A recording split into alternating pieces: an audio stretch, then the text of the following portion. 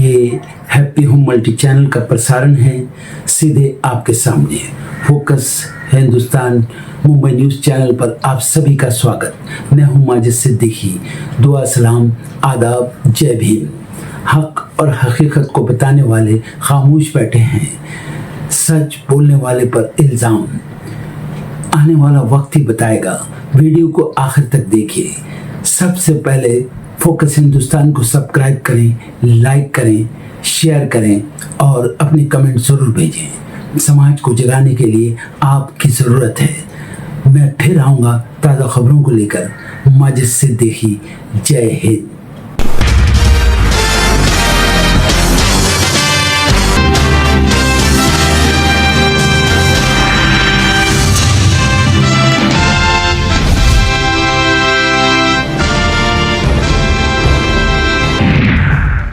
लोकसभा में नेता प्रतिपक्ष राहुल गांधी का आज पुणे में छात्रों की गूंज कार्यक्रम। छात्राओं से करेंगे संवाद, उनकी समस्याओं के समाधान पर करेंगे बात। पुणे में राहुल गांधी के कार्यक्रम से पहले एनएसयूआई एबीवीपी में झड़प। बीजेपी का जबरन रजिस्ट्रेशन कराने का लगा आरोप। पुलिस ने कांग्रेस कार्यकर्ताओं के खिलाफ दर्ज की एफआईआर। जंतर मंतर प्रदर्शन को लेकर आरएसएस नेता सीआर मुकुंदा ने सरकार को दी नसीहत। कहा सिर्फ भ्रष्टाचार नहीं, सिस्टम की नाकामी का भी नतीजा है विरोध। सुप्रीम कोर्ट ने बदले नियम। सिविल जज के लिए 3 साल की जगह अब 1 साल वकालत जरूरी। 2027 से सर्टिफिकेट, ट्रेनिंग और क्लर्कशिप भी करनी होगी। जाति जनगणना में ओबीसी कॉलम जोड़ने की मांग। कांग्रेस का आज से राज्य व्यापी अभियान। कानपुर और जालौन में भागीदारी न्याय सम्मेलन किए जाएंगे आयोजित। बार काउंसिल के चेयरमैन मनन मिश्रा को हटाने की मांग। सुप्रीम कोर्ट में कार्यालय को दी गई चुनौती। फंड ट्रस्ट के ऑडिट की मांग। एनसीपी एसपी सांसद सुप्रिया सूले ने लोकसभा अध्यक्ष ओम बिरला को लिखा पत्र। टीएमसी सांसद महुआ मोइत्रा से जुड़े सर्किट हाउस विवाद पर जांच की मांग। विशेषाधिकार समिति का भी किया जिक्र। मुंबई हमले के गुनाहगारों पर होगी कार्रवाई। आतंकी हाफिज सैयद लखवी समेत 6 लोगों पर कसेगा शिकंजा। इंटरपोल जारी करेगा समन। कानपुर में सड़कों पर उतरे जन अल्फा। प्राथमिक विद्यालय के भवन निर्माण को लेकर किया प्रदर्शन। जर्जर प्राथमिक विद्यालय भवन के कारण 2 कमरों में चल रहा स्कूल। झारखंड में एसआईआर का अंतिम विशेष शिविर आज और कल। सभी मतदान केंद्रों पर मिलेंगे बीएलओ। फॉर्म 6 और 8 भरने की सुविधा। हॉर्मुज़ अमेरिकी इलाका, ईरान को कभी नहीं हासिल करने देंगे परमाणु हथियार। अमेरिकी राष्ट्रपति ट्रंप ने फिर दी तेहरान को धमकी। अमेरिका के अलास्का में मिलिट्री एयरपोर्ट पर प्लेन क्रैश। सभी 8 लोगों की गई जान। सेकेंड लैंडिंग की कोशिश के दौरान हुआ हादसा। यूक्रेन के राष्ट्रपति जेलेंस्की के होम टाउन क्रीवी रीच शहर पर रूसी सेना का अटैक। 14 लोगों की गई जान, 121 लोग हुए घायल। बौद्ध मठ पर म्यांमार सेना की एयर स्ट्राइक। फाइटर जेट ने 15 मिनट के अंतराल पर 2 बम गिराए। ध्यान लगा रहे 14 लोगों की गई जान। जापान से जंग लड़ने की तैयारी में रूस। कुरील आइलैंड्स के पास बड़े पैमाने पर शुरू किया सैन्य अभियान। न्यूक्लियर सबमरीन लेकर पहुंची सेना।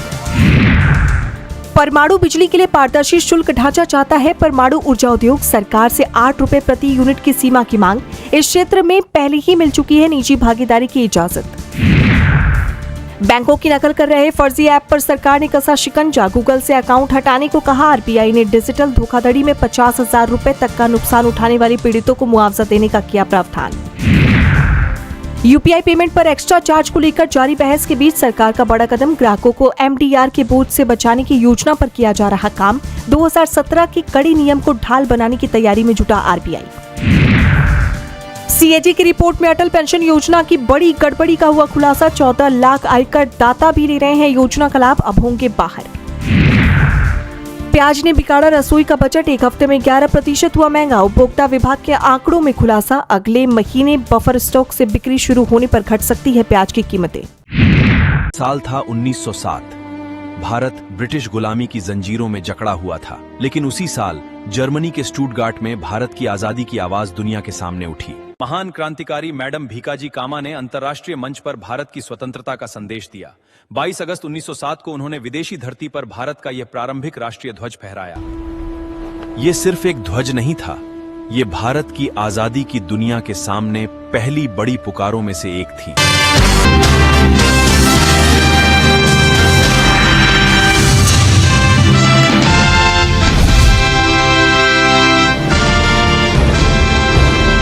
पंजाब में कौमी इंसाफ मोर्चा की तरफ से 21 अगस्त की सुबह 7 बजे से दोपहर 2 बजे तक पंजाब बंद बुलाया गया। बंद के दौरान बसों के साथ सभी प्राइवेट स्कूल भी बंद रहे। हालांकि ट्रेनों पर इसका कोई खास असर देखने को नहीं मिला। खरड़ चंडीगढ़ हाईवे को बंद कर दिया गया था, जिसके चलते ड्यूटी पर जाने वाले लोगों की मोर्चा के सदस्यों के साथ बहस भी हो गई। वहीं मोहाली में निहंगों ने पिज्जा शॉप बंद कराई। इसके साथ ही अमृतसर, पटियाला और लुधियाना में कौमी इंसाफ मोर्चा के सदस्यों ने खुली दुकानों को बंद करवाया। इससे पटियाला में माहौल तनावपूर्ण हो गया। पुलिस मौके पर पहुंची। वहीं फरीदकोट में भी प्रदर्शनकारियों ने आप विधायक डिम्पी डिल्लो की बस को रोक दिया। बस को रोके जाने के बाद मौके पर पुलिस पहुंची और उसे वापस बस स्टैंड भेज दिया। मोहाली में भी पुलिस और प्रदर्शनकारियों के बीच बहस हुई। अमृतसर के गोल्डन गेट से लेकर हॉल गेट, हॉल बाजार और आसपास के प्रमुख बाजारों में ज्यादातर दुकानें और व्यापारिक प्रतिष्ठान बंद रहे। गोल्डन टेम्पल की तरफ जाने वाले रास्तों पर भी दुकानें बंद दिखाई दी। SGPC के दफ्तर और संस्थान भी बंद रहे। शहर के प्रमुख रास्तों और GT रोड पर भी बंद का असर काफी ज्यादा देखने को मिला। इस दौरान बसों की आवाजाही प्रभावित रही। गोल्डन गेट के बाहर सिख संगठनों ने रास्ता बंद कर दिया, जिसे खुलवाने के चलते पुलिस और प्रदर्शनकारियों के बीच तीखी बहस हुई। पुलिस ने कहा कि ये गोल्डन टेम्पल की तरफ जाने वाला मुख्य मार्ग है, इसीलिए इसे पूरी तरह बंद नहीं किया जा सकता। जैसा आप जानते हैं कि मोर्चा सजा पूरी होने के बावजूद जेल में बंद सिखों की रिहाई और पूर्व मुख्यमंत्री बेअंत सिंह की जान लेने के दोषी जगतार सिंह हवारा को पैरोल देने की मांग कर रहे हैं। इसके साथ ही 15 अगस्त को मोहाली चंडीगढ़ बॉर्डर पर प्रदर्शनकारियों के खिलाफ पुलिस कार्रवाई के विरोध में कौमी इंसाफ मोर्चा ने ये पंजाब बंद बुलाया था। वहीं दोपहर 2 बजे के बाद बंद का समय पूरा होने के बाद यातायात को सामान्य रूप से बहाल कर दिया गया, लेकिन इन 7 घंटों में पूरे पंजाब में काफी तनावपूर्ण स्थिति बनी रही।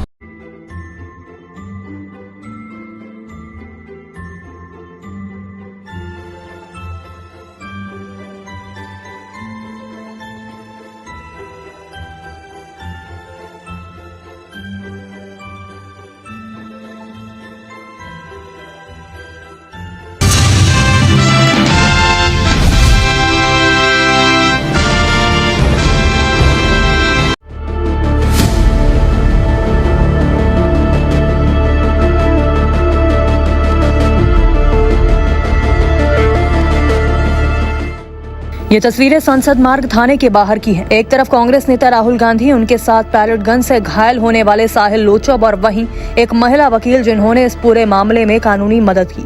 राहुल गांधी ने जब इस महिला वकील के काम की तारीफ की तो अचानक सवाल उठा कि आखिर ये महिला वकील हैं कौन? क्यों राहुल गांधी ने कैमरे के सामने उनके काम को गुड जॉब कहा?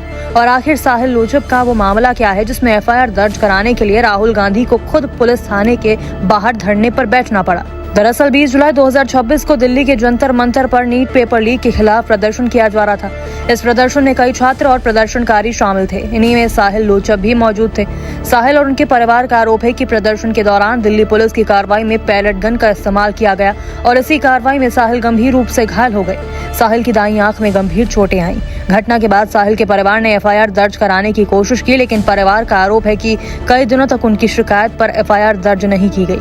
परिवार के मुताबिक वो 14 अगस्त से लगातार पुलिस के चक्कर लगा रहे थे, लेकिन FIR दर्ज नहीं हुई, जिसके लिए कल राहुल गांधी को धरने पर बैठना पड़ा।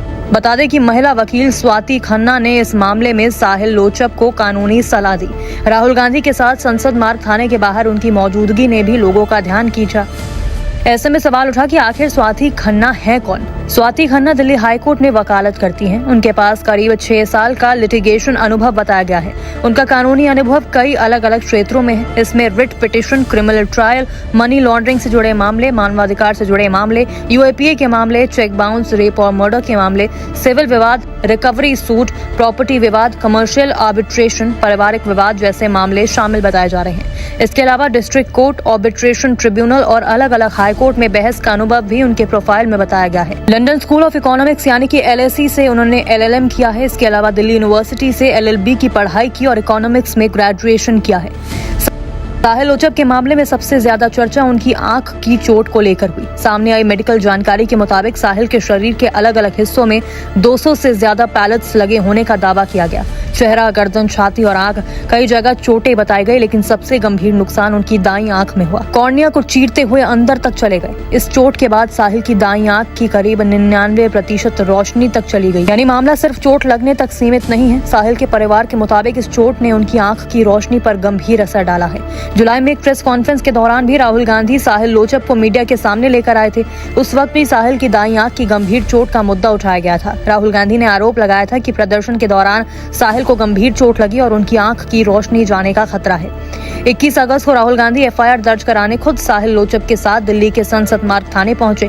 थाने के बाहर कांग्रेस नेता और पुलिस के बीच तीखी नोक-झोंक भी देखने को मिली। इसके बाद राहुल गांधी पुलिस अधिकारियों से मिले और एफआईआर दर्ज कराने की मांग को लेकर थाने के बाहर धरने पर बैठ गए। रिपोर्ट्स के मुताबिक राहुल गांधी करीब 7 घंटे तक धरने पर बैठे रहे। साहिल लोचब भी उनके साथ मौजूद रहे। ये न्यू दिल्ली बिल्कुल दिल्ली के बीच में पुलिस स्टेशन है, यहाँ पे न्याय नहीं मिल रहा है। अब इमेजिन कीजिए गांव के किसी पुलिस स्टेशन में या छोटे से शहर के किसी पुलिस स्टेशन में क्या होता है। हमने यहाँ पे कोई गलत काम नहीं किया है, हमने सिर्फ एक हिंदुस्तान के नागरिक के लिए, उसकी माँ के लिए, उसके पिता के लिए न्याय मांगा है और उसके लिए 8 घंटे लग गए। और फाइनल, बड़ी इंटरेस्टिंग बात, फाइनल परमिशन फाइनल होके होम सेक्रेटरी और अमित शाह जी को देना पड़ा, तब इन्होंने जाके फाइनल एफआईआर दिया। तो आप समझ जाइए एफआईआर रोक कौन रहा था। ये बेचारे जो पुलिस वाले हैं ये चाहते थे एफआईआर करना, वो वाले भी चाहते थे एफआईआर करना, बट ऊपर से न्याय की ब्रेक लगी हुई है। एफआईआर दर्ज होने के बाद जब राहुल गांधी साहिल और उनकी टीम के साथ मौजूद थे तभी उन्होंने स्वाति खन्ना के काम की तारीफ की। राहुल गांधी ने कहा कि इन्होंने काम किया है। उन्होंने स्वाति के काम को गुड जॉब बताया। स्वाति ने भी राहुल गांधी का धन्यवाद किया। एफआईआर दर्ज होने के बाद राहुल गांधी ने इसे न्याय की दिशा में पहला कदम बताया। राहुल गांधी ने कहा कि अभी सिर्फ केस दर्ज हुआ है। उन्होंने साहिल की चोट का जिक्र करते हुए कहा कि घटना को करीब 1 महीना हो चुका है, लेकिन साहिल के शरीर में अभी भी छर्रे मौजूद हैं। एफआईआर दर्ज होने के बाद साहिल लोचब की मां ने भी पुलिस पर गंभीर आरोप लगाए।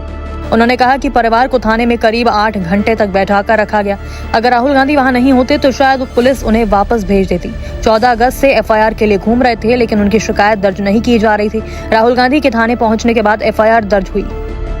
अब देखना होगा कि एफआईआर के बाद जांच कितनी तेजी से आगे बढ़ती है। मेडिकल रिपोर्ट, वीडियो फुटेज और अन्य सबूतों से क्या सामने आता है और साहिल लोचब के परिवार को इस मामले में आखिर न्याय कब तक मिलता है।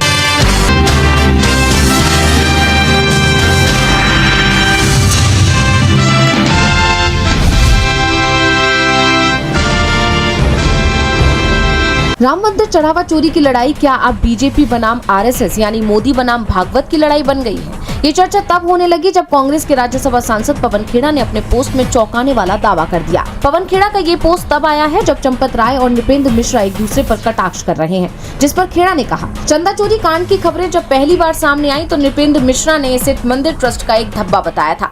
अब चंपत राय ने पलटवार करते हुए राम मंदिर निर्माण के संचालन के लिए नृपेंद्र मिश्रा को पूरी तरह से जिम्मेदार ठहराया है।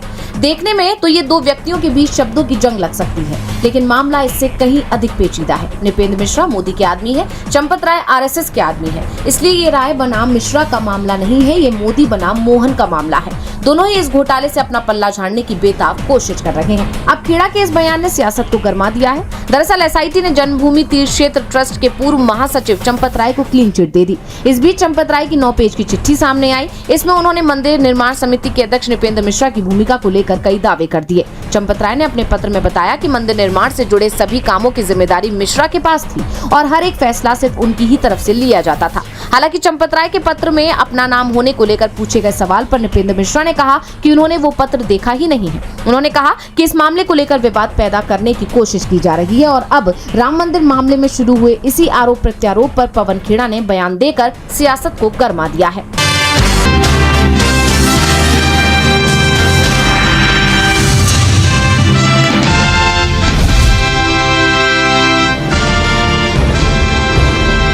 मेघालय की खासी स्टूडेंट्स यूनियन यानी कि एसयू ने राज्य में लोगों की सुरक्षा समेत कई मांगों को लेकर प्रदर्शन किया।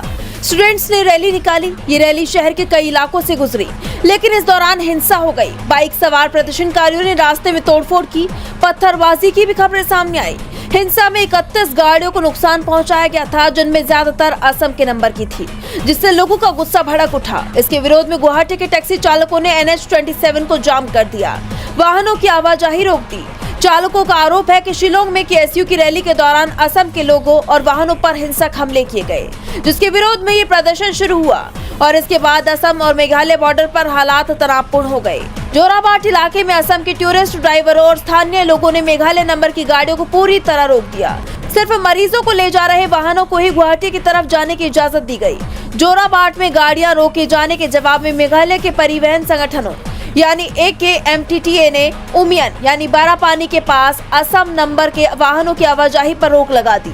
ये पूरा विवाद शिलोंग हिंसा के विरोध में शुरू हुआ था और अब दोनों राज्यों के चालकों और संगठनों के बीच आमने सामने की नाकाबंदी में बदल चुका है, जिससे इलाकों में यातायात ठप है। इस मामले में मेघालय पुलिस ने केएसयू के 3 शीर्ष नेताओं को गिरफ्तार कर लिया है।